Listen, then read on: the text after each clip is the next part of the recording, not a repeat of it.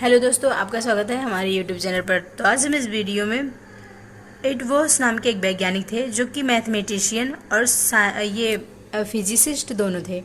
तो इन्होंने अपना कॉन्सेप्ट क्या रखा था सरफेस टेंशन और टेम्परेचर को लेकर के, इसके बारे में हम समझेंगे। और इसमें एक हमारा इम्पॉर्टेंट फार्मूला है जो कि एग्ज़ाम में बहुत बार पूछा जाता है। तो चलिए हम इसे समझ लेते हैं।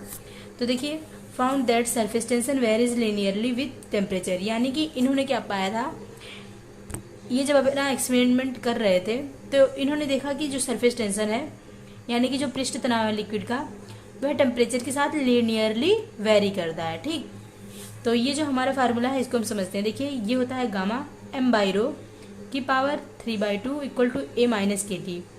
अब इन सारे टर्म को हम समझते हैं कि किन किन चीज़ों को ये डिफाइन करता है। जो m है ये मोलर मास है, जो ये रो है ये है डेंसिटी, गामा जो है ये सरफेस टेंशन को डिफाइन करता है, टी जो है टेम्परेचर है, ए जो है ये कांस्टेंट है। ठीक, अब देखिए इसे हम इक्वेशन फर्स्ट मान सकते हैं। ठीक, अब यहाँ पे क्या होगा आगे, यदि हम टेम्परेचर को क्रिटिकल टेम्परेचर रख रहे हैं, यानी कि यदि हम इस पॉइंट पे लिक्विड को ले रहे हैं और टेम्परेचर को बढ़ाते जा रहे हैं, यदि वह क्रिटिकल टेम्परेचर पर पहुंचता है तो जनरली गामा इक्वल टू 0 हो जाता है, यानी कि जो सरफेस टेंशन होता है लिक्विड का वह 0 के बराबर हो जाता है। तो हमें क्या मिलेगा, 0 equal to a minus k T. ठीक, तो के टी इक्वल टू ए के हो गया। अब ये जो टी सी हम लिखे हैं ये क्रिटिकल टेम्परेचर के बेस पे देखेंगे। तो आगे हम देखते हैं। देखिए, हम इक्वेशन फर्स्ट और सेकंड को यदि लेते हैं तो क्या हमें मिलता है, तो यहाँ पे गामा m बाई रो की होल पावर 2/3 इक्वल टू के T c minus k T के बराबर होता है। अब देखिए यहाँ पे जो के टी सी है यानी कि ये जो a है ये के टी के बराबर हो गया, यानी कि यहाँ पे के टी सी रख दे रहे हैं, यानी कि के टी सी के बराबर हो गया।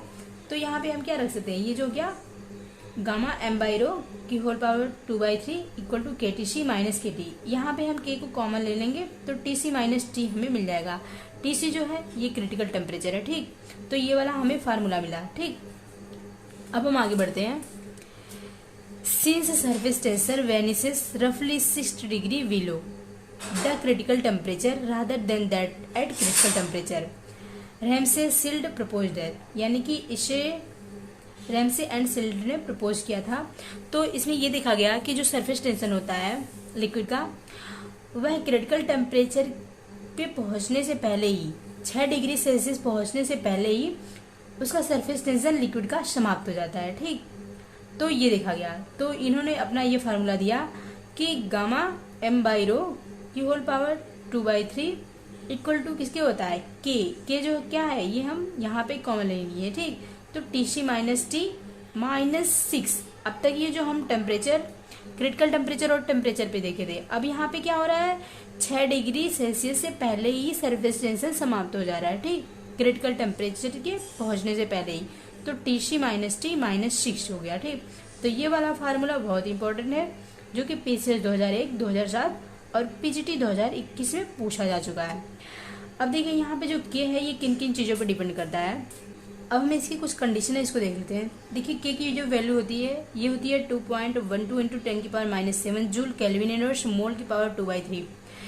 अब देखिए, नॉर्मल या फिर नॉन एसोसिएटेड लिक्विड के लिए के की वैल्यू ये होगी, लेकिन यदि यहीं पे हमारे लिए वाटर एंड अल्कोहल आ जा रहा है जो कि एसोसिएटेड लिक्विड है, तो इसके लिए के की वैल्यू जो होगी ये मच लेसर देन होगी, यानी कि इस वैल्यू से बहुत ही ज़्यादा कम हम के की वैल्यू रखेंगे। ठीक, तो आशा करती हूँ दोस्तों आपको ये कॉन्सेप्ट सारा अच्छे से समझ में आ गया होगा।